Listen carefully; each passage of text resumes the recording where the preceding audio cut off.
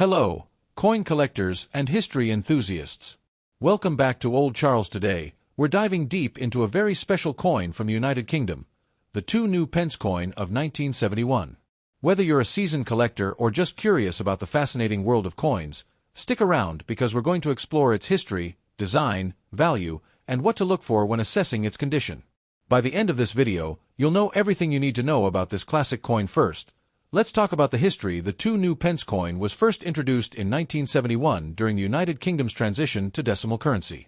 This was a massive shift for the country because, before decimalization, the UK used pounds, shillings, and pence in a more complex system. 1971 marked the official start of decimal coins, and the 2 new pence coin became one of the key denominations in this new system. It was minted in bronze and had a face value of 2 pence.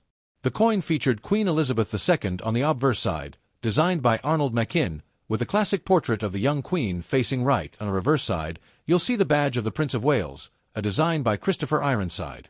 The reverse design includes a plume of ostrich feathers within a coronet, with the motto Ich Dien, below it ***. This heraldic symbol has deep roots in British history and adds to the coin's cultural significance. Now, let's talk about mintage and rarity. The 2 new pence coin of 1971 was produced in very large numbers. According to historical mint records, over 1.2 billion coins were struck in the first year alone.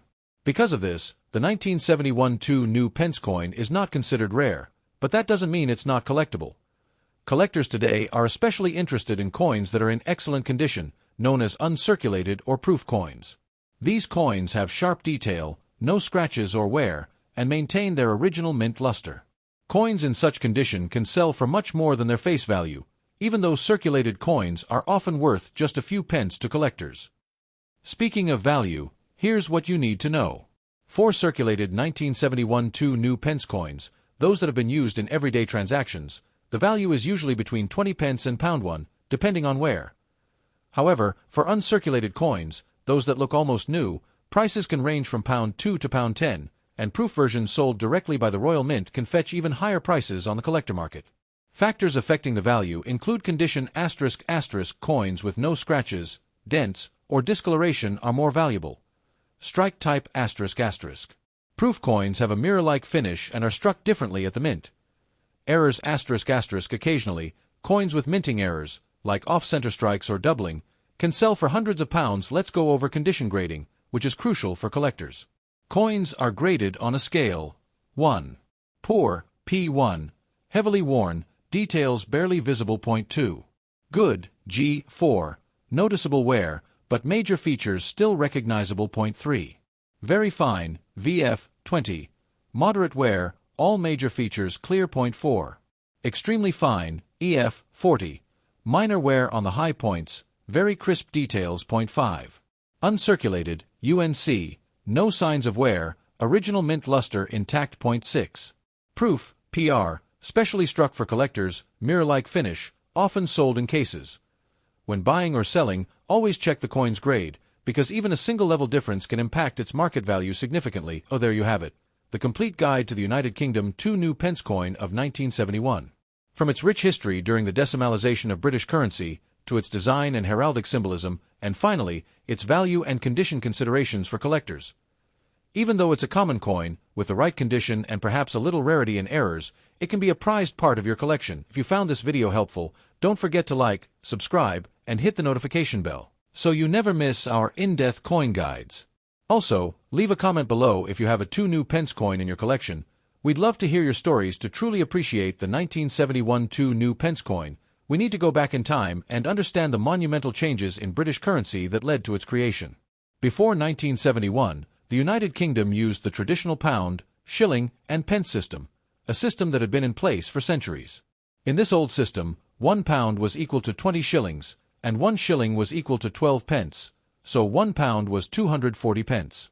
As you can imagine, this was a complicated system for everyday transactions, accounting, and international trade. By the mid-20th century, the need for simplification became clear. The British government wanted a decimalized currency system, where the pound would be divided into 100 smaller units, just like the US dollar or many European currencies. This would make calculations much easier, both for commerce and for ordinary citizens. The plan to decimalize was formally approved in 1966 under the Decimal Currency Act, paving the way for the historic Decimal Day on 15th February 1971. Decimal Day was not just a change in coinage, it represented a cultural shift. For the first time in history, British children and adults had to learn a new way of thinking about money. Banks, cash registers, vending machines, and accounting systems all had to be updated to handle decimal currency. The government ran a massive public information campaign with pamphlets, posters, and even television advertisements to educate the population on the new coins and values. The 2 new pence coin, specifically, was introduced as a replacement for the old 2 pence piece in the pre-decimal system. Made of bronze, it was one of the smaller denominations, designed for everyday transactions such as buying a newspaper or a small snack. Despite its small value, it played a key role in easing the transition from the old currency to the decimal system. On the obverse side, the coin featured Queen Elizabeth II, depicted in a portrait by Arnold Machin. This portrait shows a young queen wearing the Girls of Great Britain and Ireland tiara, facing right. The obverse design also includes the inscription Elizabeth 2DG Reg FD, an abbreviation of the Latin phrase De Gratia Regina Fidei Defensor, meaning, by the grace of God, Queen, Defender of the Faith. This traditional inscription connects the coin to centuries of British numismatic history. The reverse side of the coin was designed by Christopher Ironside and features the badge of the Prince of Wales, including the iconic 3 ostrich feathers within a coronet, along with the motto Ich diene, meaning I serve in German. This heraldic emblem has been associated with the Prince of Wales for hundreds of years and reflects the deep historical roots of British monarchy symbolism. The design of the 2 new pence coin was carefully chosen to combine practicality with a sense of continuity and national pride. The first minting of the 2 new pence coin in 1971 saw production in 2 major mints, London and Edinburgh.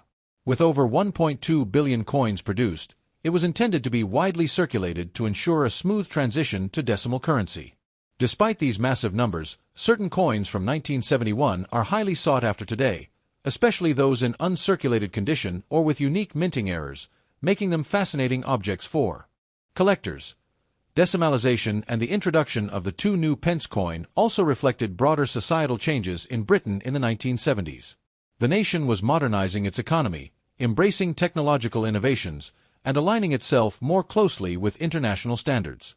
Coins like the 2 new pence were more than just money, they were symbols of modernization, national identity, and cultural adaptation. And summary, the 1971 2 new pence coin is not just a small piece of bronze, it is a symbol of one of the most significant monetary transitions in British history, linking centuries-old traditions with a modern decimalized system that the UK still uses today. Collectors cherish it not only for its design but also for the story it tells about the evolution of British currency and society.